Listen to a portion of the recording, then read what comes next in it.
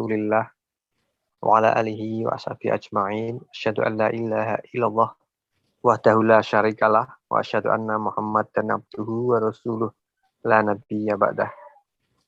Rabbi shrah li sadri wa yassir li amri wahlul 'uqdatam min lisani yafqahu qawli.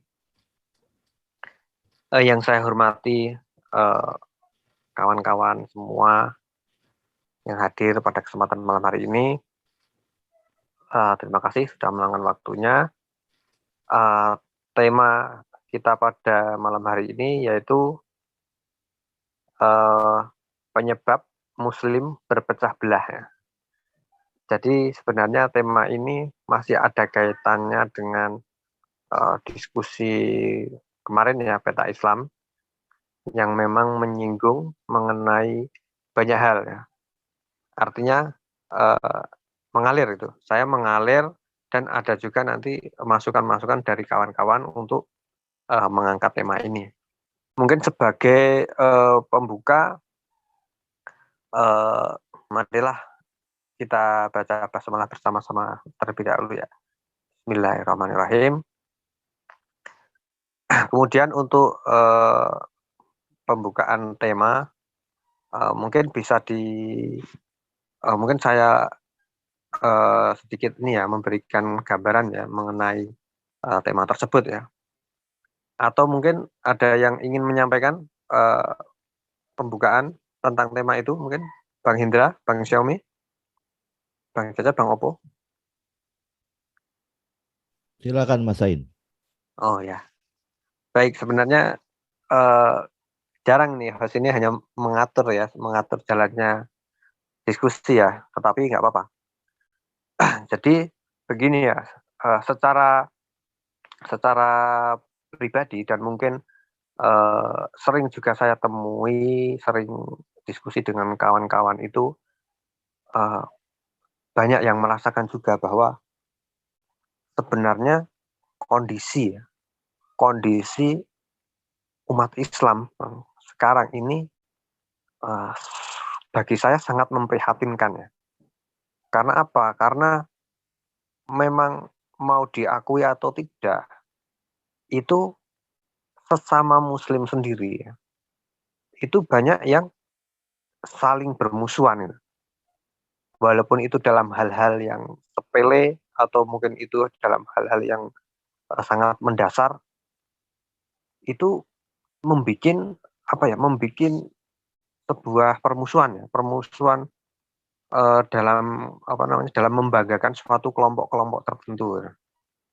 Dan itu mengakibatkan dalam kehidupan bernegara berbangsa ini menjadi ikut terpengaruh juga, karena kalau sudah masuk dalam ruang lingkup politik, ekonomi, dan lain sebagainya, itu namanya perpecahan itu akan menimbulkan permusuhan.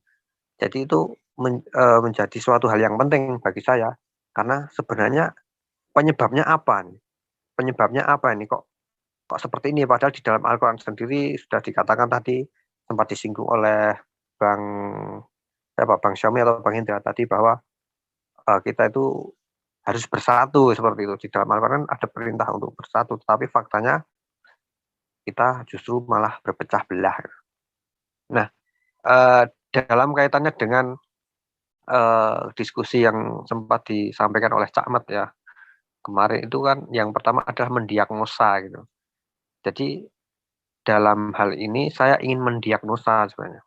Mendiagnosa penyakit dari tubuh umat Islam sendiri ya. Itu sebenarnya apa sih yang menyebabkan Muslim ini berpecah belah?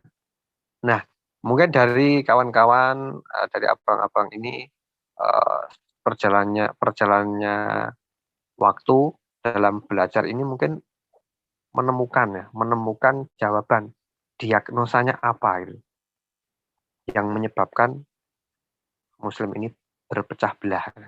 Nah, itu sebenarnya yang ingin saya ungkap sebenarnya dari berbagai sudut pandang tentunya. Mungkin dari sudut pandang bahasa, dari sudut pandang ayatin bayinatin, dari sudut pandang sejarah dan lain sebagainya. Nah, ini saya butuh masukan ini. Nah, monggo sekarang silahkan Siapa yang mau menyampaikan dulu? Mungkin kalau kasih waktu ya mungkin kira-kira sekitar 7 menit. Silakan. Monggo raise hand atau mungkin dari Bang Indra dulu mulai atau Bang Xiaomi, Bang Cacap atau Bang Oppo. Monggo pandangannya mengenai situasi kondisi seperti itu. Silakan Bang.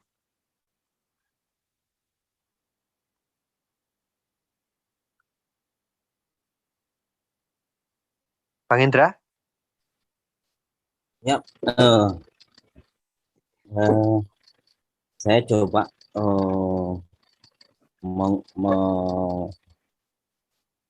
mengulas atau membahas masalah persatuan ini ya, Pak, Mas Caim ya. Betul Bang.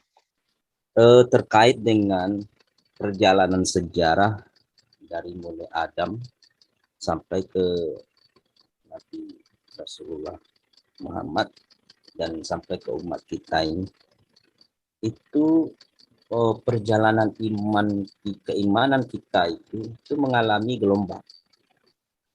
Jadi gelombang sinusoidal pada saat kekufuran itu menang, maka didominasi oleh kekufuran. Tapi ketika tegaknya dinul Islam atau tegaknya kebenaran berdasarkan Al-Quran itu, maka di saat itulah persatuan itu terwujud. Karena maaf Bang Indra, masih ya. Noise itu Bang, ada suara apa ya Pak ya? Enggak. Halo, ya? Masih noise? Ada suara apa ya? Cetik gitu. Oh, ini mungkin laptopnya. Laptopnya bunyi mesinnya itu atau iya. Oke. Kalau nggak bisa nggak apa lanjut. Enggak ini ya. Enggak jelas ya? Jelas. Ya, Jelas nggak ya? apa-apa lanjut aja. Memang ada Silakan. ini noise itu di laptop ini. Oh iya, silakan Bang. Habisnya mungkin jadi agak-agak bising. Terkait dengan perjalanan sejarah ini, dari perjalanan nabi ke nabi, rasul ke rasul, umat dengan jangka waktu yang cukup panjang itu mengalami pola pergeseran iman, pergeseran apa yang menjadi acuan gitu. Jadi Allah menurunkan kitab atau panduan hidup ke setiap nabi-nabi itu. Ketika kekufuran tegak, maka Allah turunkan rasul, nabi. Nah, di situ Allah turunkanlah acuan hidup bagaimana membangun kehidupan atau menjadi pemersatu kehidupan gitu kan. Dan itu selalu terulang dari waktu ke waktu. Dan sampai akhirnya Allah tetapkanlah Al-Quran ini dijadikan sebagai panduan hidup, dan manusia tidak akan sanggup merubah atau mengacak-acak kecuali mungkin pemahaman ini dan berbagai cara orang-orang Yahudi atau para ahli kitab untuk supaya kita terpecah lagi. Nah, ini kan ternyata terbukti kan. Dari 73 firqah itu, sekarang kan yang sedang berdiri kehidupan ini kan kemenangan bagi sudut pandang atau pola hidup zulumat. Jadi pola hidup zulumat sedang dibangun, cara berpikir sudut pandang kapitalis, naturalis, idealis. Jadi pola barat seperti itu, dia membangun kehidupan ini yang pola kapitalis, sosialis, Yahudi, Rusia dan Cina. Jadi terpecah, kita mau mengacu kepada orientasi mana, terkadang malah ngikut barat gitu kan. Islam dia, tapi ya udahlah kita ikut barat aja lah, pola demokrasinya demokrasi Pancasila. Nanti diperhaluslah Pancasilanya, jadi dibuatlah Pancasila. Tapi kan Pancasila pun juga belum, tidak mampu sebagai pemersatu dia. Di situ ada ketuhanan yang Maha Esa, persatuan Indonesia, dan berbagai tafsiran ayat-ayat dari Undang-Undang 45 itu kan sebenarnya mengadopsi Al-Quran juga semua sebagiannya. Nah, dan itu lebih terinci bagaimana mengelola alam itu sendiri. Tapi kan di dalam, karena manusianya sendiri, oknum itu memang tidak memiliki rasa dengan Al-Quran, tidak terpatri di dalam dirinya nilai Al-Quran, ya dia anggap ini biasa saja. Jadi artinya kehidupan mereka udah terselimuti dengan pola sudut pandang zulumat. Yang kaya makin kaya, yang miskin makin miskin, pola hidup pengelolaan eksplorasi alam menurut kepentingan sendiri. Bayangkan kalau seandainya Islam kita mengacu kepada titik pola manajemen sa'ah, itu tak ada yang kelaparan, karena semuanya membangun kehidupan dengan pola derajat. Derajat itu lingkaran 36 derajat. Jadi di posisi manapun kita itu pada dasarnya sama. Yang dipikirkan kalau tegaknya individu Islam itu adalah pemikiran teknologi aja. Itu kan ini sekarang kan kayak sepertinya nggak mungkin itu terwujud. Tapi memang kalau Al-Qur'an sebagai acuan, maka akan seperti itu pola hidupnya nanti.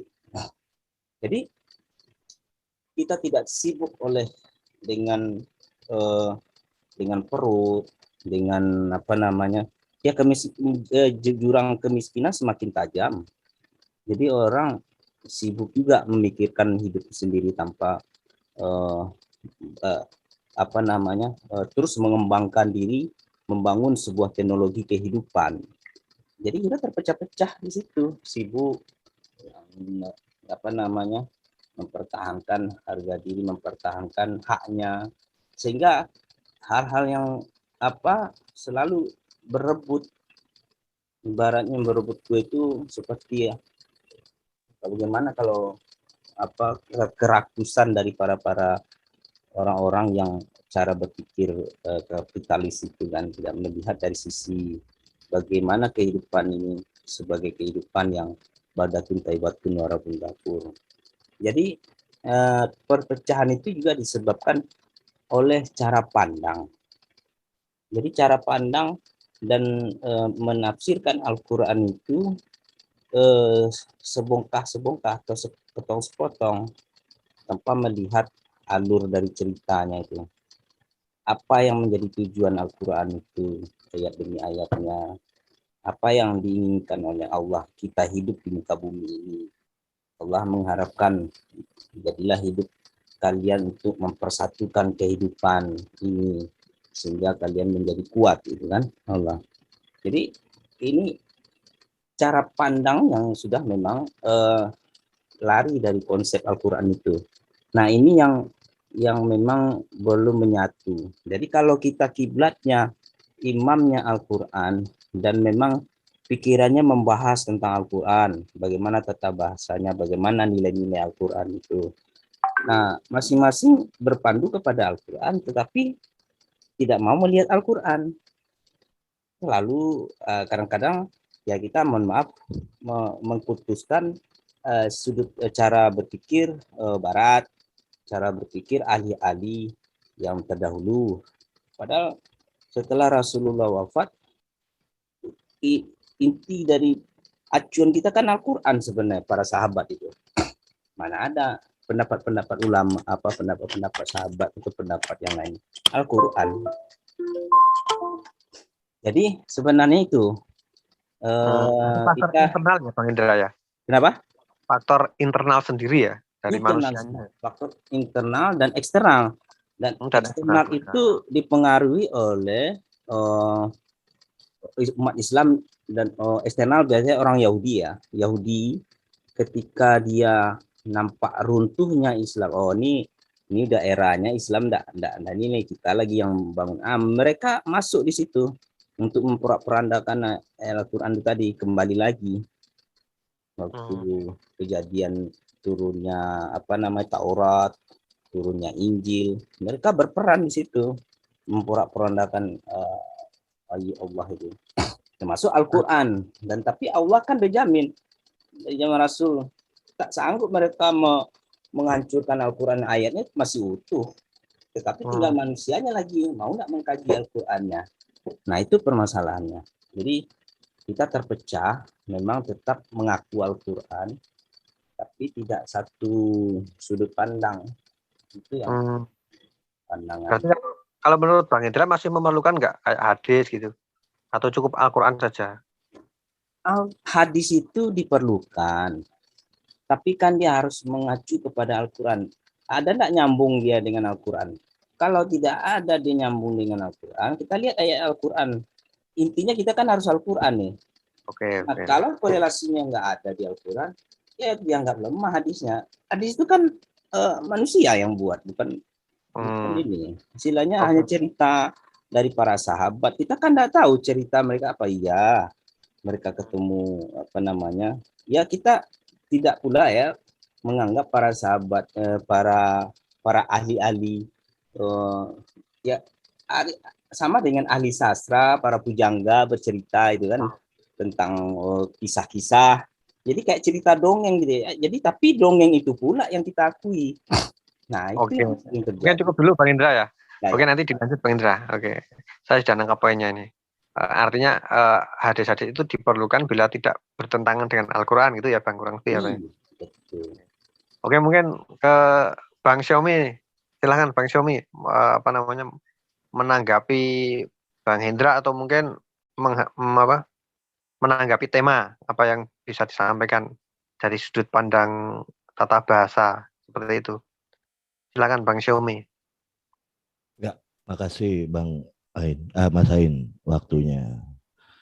Ya kalau saya melihatnya dari pertanyaannya adalah kenapa umat Islam ini menjadi terpecah belah gitu. Kita berangkat dari saya buka dulu ya dari sudut surat Al-Baqarah ayat 165 ya. Di situ dituliskan wa minanasi ma yatakhizu min dunillahi andadan yuhibbunahu kahubillah walazina amanu asyaddu hubalillah walau yaral lazina zallamu isyaronal azab anal quwata lillahi jami'an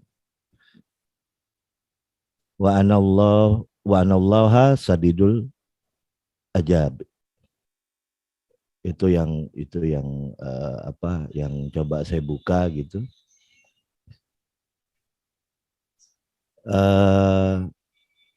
Kenapa terjadi banyak perbedaan pemahaman gitu? Karena sebagian manusia ya, ini linasi nasi ya gitu. Kita belum berbicara yang lain. Sebagian manusia ini mengambil apa yang ada dari dunia ini andadan gitu. Sebagai mengambil dari dunia sebagai andadan ya. Jadi andadan itu tandingan bisa, terus apa yang menandingi ya tandingan aja ya, karena di situ maf'ulnya menggunakan masdar berarti mutlak ya berarti. Oke. Yang seolah-olah yuhibbunnahu ya hubbilah gitu. Jadi yang andadan ini seolah-olah didatangkan atau diberi didatangkan dari Allah gitu. Nah, di situ memberikan perbedaan ketika walazina amanu asyaddu hubanillah gitu. Jadi ada yang kahubillah, ada yang hubalillah gitu. Di 165 ini dispesifikasi antara kahubillah dan hubalillah. Yang pertama menggunakan andadan gitu ya. Yang kedua amanu di situ ya sebenar-benarnya apa yang didatangkan dari Allah gitu. Nah, pada kahubillah itu juga dijelaskan ya. Ka itu kan harfu tasbih ya. Dia menjelaskan itu seperti atau bisa juga yang serupa gitu. Nanti kalau serupa itu juga bisa dilihat gitu. Rumusannya apakah sama dengan aslinya atau sama dengan palsunya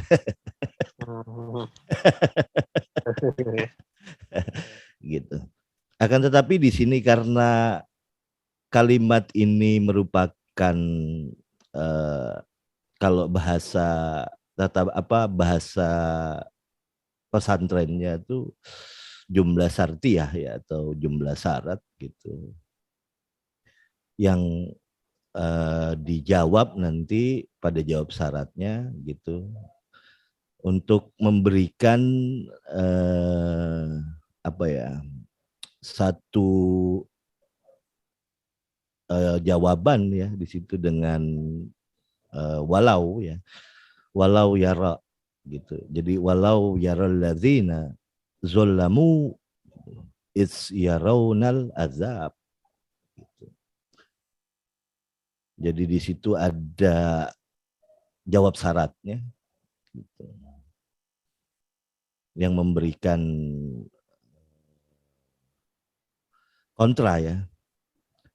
Kontra terhadap diksi yang di atas gitu ya, menjadi kontradiksi gitu sebagai satu jawaban. Ketika mereka ya walazina zolamu gitu ya. Zalamu di situ saya menggarisbawahi ya pada kata zolamu di sini. Di situ dituliskan dengan bentuk jamak gitu. Yang mana pada kamus itu zalama itu juga ditranslasi ya.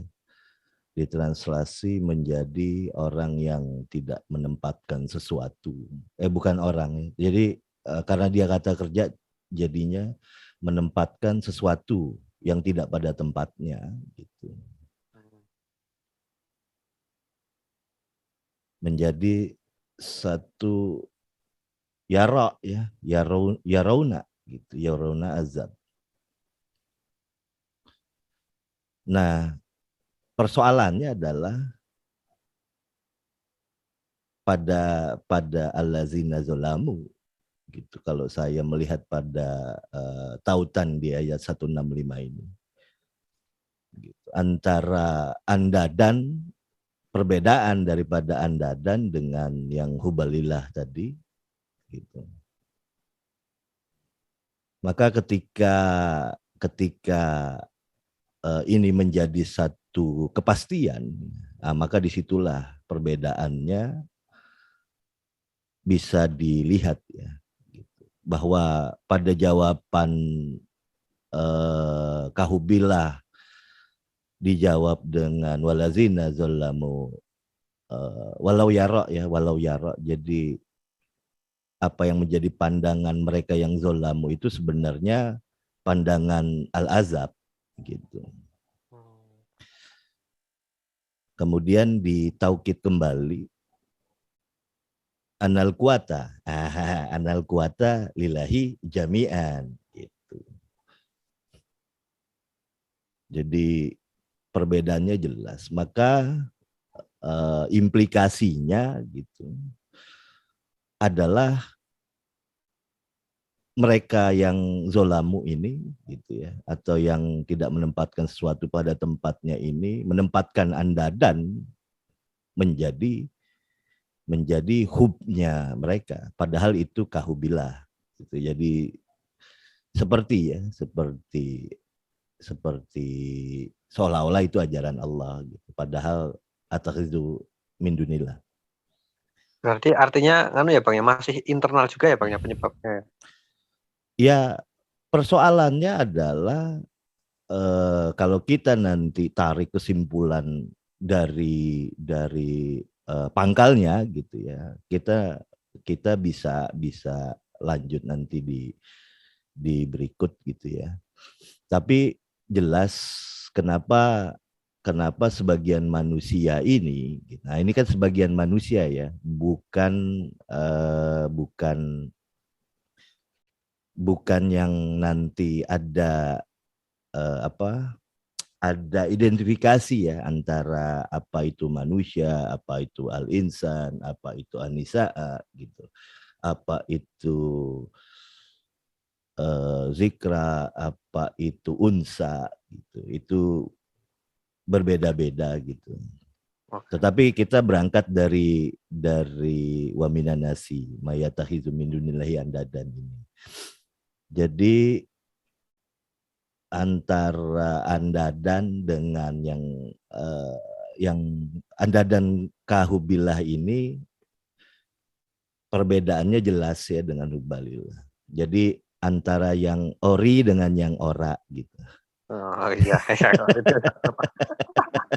mantap. Ori dengan yang ora. Oke, Iya. mantap Bang. Mungkin disimak dulu Bang Yomi, nanti Iya, siap. lanjut lagi ya. Oke. Oke, saya selesaikan dulu sedikit. Oke, silakan dilanjut, moderator. Oke. Makasih Bang Yomi. Mungkin kita ke Bang Cecep nih. Apa ada tanggapan nggak Bang Cecep nih atau tentang tema tersebut? Silakan Bang Cecep. Baik, Mas Ain. Ya. Izin masuk. Siap. Sebetulnya saya ini di sini kan pengen belajar nih sebetulnya, pengen jadi muta'aliman atau mustami'an saja begitu karena belum cukup ilmu sebetulnya buat menanggapi begitu ya. Tapi ikutan nimbrung aja mungkin sedikit tentang tema begitu ya mengenai apa tadi, kenapa kok jadi pecah belah gitu ya, nggak menyatu gitu. Betul. Memang satu masalah apa klise begitu ya, klise yang rata-rata juga orang mungkin sudah tahu jawabannya tetapi tidak mendapatkan satu titik temu begitu. Kalau orang ditanya kenapa enggak nyatu begitu, mungkin orang juga sudah mafhum gitu ya dengan kondisi baik di umat Islam maupun di lebih luasnya di seluruh umat manusia begitu. Nah, tetapi satu hal yang klise ini atau satu hal yang sudah di semua merasa ini juga tidak ada titik temu ujungnya. Tapi kalau tadi betul ya internal, eksternal, ya, itu semua mafhum lah begitu ya.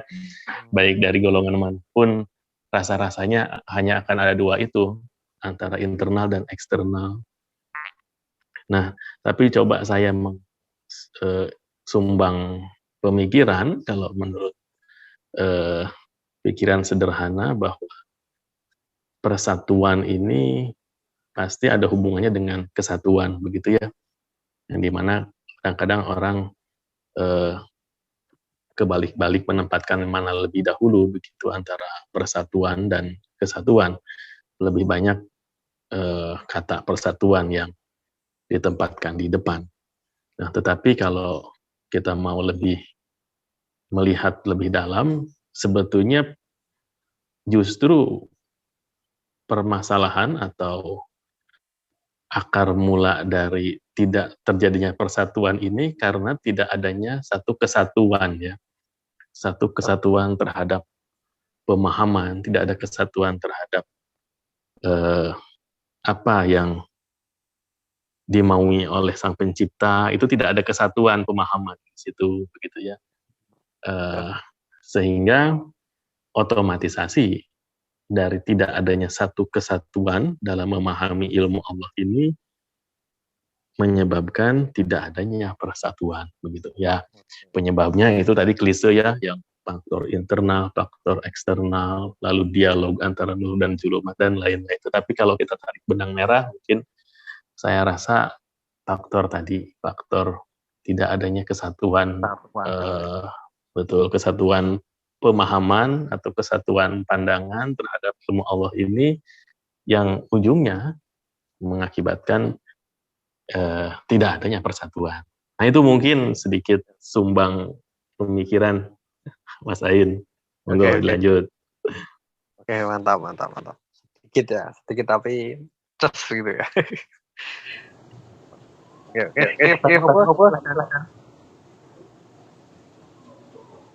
Bang Opo. Halo. Ya.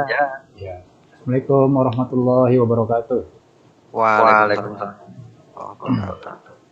Waalaikumsalam. tema kita mengapa penyebab Muslim berpecah belah ya. Ya. Mungkin perlu kita kritisi persoalan Muslim ini. Sebenarnya kalau Muslim itu kan harusnya nggak berpecah belah ya. Justru dipertanyakan dulu, Muslim tidak kan gitu. Oke. Iya kan? Ya namanya Muslim itu kan sebenarnya nggak berpecah belah. Iya. Kalau berpecah belah dipertanyakan lagi tuh, Muslim bukan.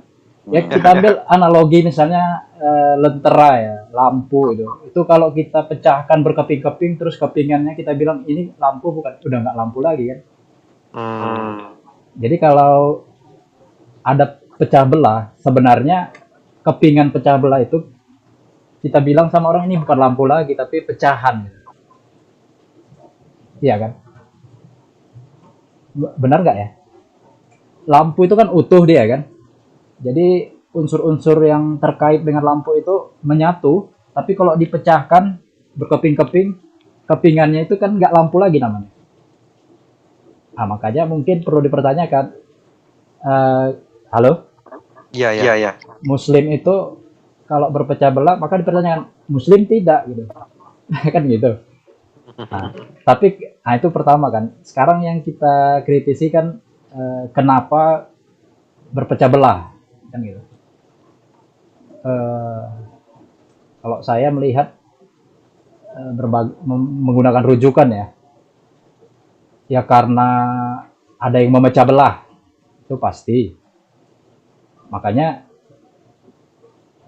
coba saya tanya lah dulu misalnya ya, karena kalau kita memahami peristilaan Al-Quran, ayat Al-Quran itu peristilaan satu aja salah, mungkin kita jadi salah memahami. Orang sering memahami tafarruku itu berpecah belah kan, wala tafarruku, jangan berpecah belah. Nggak bisa, ya memang harus berpecah belah gitu. Loh kok begitu? Ya karena kita korban gitu. Kita korban dari sebuah warisan sejarah, dosa sejarah kan gitu, warisan dosa sejarah. Jadi memang kita itu memang sudah sunatullah, memang harus pecah belah gitu loh. Loh kok harus begitu? Iya, nggak bisa dihindari. Itu adalah konsekuensi akibat dari perbuatan nenek moyang kita yang memecah belah. Apa yang dipecah belahnya? Ilmu dipecah belahnya. Setelah datang ilmu itu kan dia pecah belah itu. Al-Bayinah dipecah belahnya. Ad-Din, Al-Islam dipecah belahnya. Menjadi berbagai macam warna itu tadi kan gitu. Benar nggak? Jadi bunga rampai itu tadi jadi mau disatukan nggak bisa. Memang dia bunga rampai itu memang udah pecahan gitu dari beberapa bunga gitu kan. Disatukan ya tetap bunga rampai kan gitu. Jadi ya memang kita harus menerima bahwa kita ini memang suka nggak suka memang telah berpecah belah, dan harus dipertanyakan kita ini Muslim tidak. Ya suka nggak suka, nggak ada yang namanya Muslim itu berpecah belah kan gitu. Jadi saya menyoroti karena nenek moyang kita memecah belah ilmu. Ya apa rujukannya kan gitu. Wa ma tafarraqu illa min ba'di ma ja'ahumul ilmu baghyan bainahum. Nah, kenapa mereka memecah belah? Ya karena ada apa? Baghyan, kedengkian antara sesama mereka. Jadi sifat kedengkian itu waris mewarisi sudah. Dengki kalau ajaran Allah ini utuh gitu kan. Satu kesatuan. Maka ada yang dengki dengan ternyata ada yang nggak senang kan terhadap kenyataan ruhamau bainahum, saling berkasih sayang itu ada yang tidak senang, dengki gitu. Maka dia harus memecah belah gitu. Kan gitu. Apalagi kalau bukan dia imamnya, kan dia dengki, harus dipecah belah. Maka nenek moyang kita itu tadi karena dengki di antara sesama mereka, dia pecah belah. Tapi dia pecah belah itu apanya? Ilmunya dulu. Jadi orang-orang yang memakan ilmu pecahan tadi itu, ya otomatis dia ikhtalafu gitu. Ya berselisih. Jadi sebenarnya itu akibat gitu, berselisih menjadi perpecahan berbagai firqah, itu akibat gitu. Tapi yang harus disadari adalah terjadinya perpecahan atau pemecah belahan ilmu. Nah, kayak kalau nggak salah tadi Pak Xiaomi itu menguasai bahasa kan, itu ada tasdid kan tafarruq itu ya. Itu mutaaddi bukan ya, Pak? Iya. Nah, jadi di situ ya kita terjemahkan mutaaddi ada mencerai-beraikan gitu. Jadi ada upaya mencerai-beraikan ilmu menjadi beranak gitu kan. Jadi beranak. Kalau hukum Islam sekarang kan katanya sumbernya itu Al-Quran, hadis, ijma, qiyas gitu. Jadi beranak. Kan itu beranak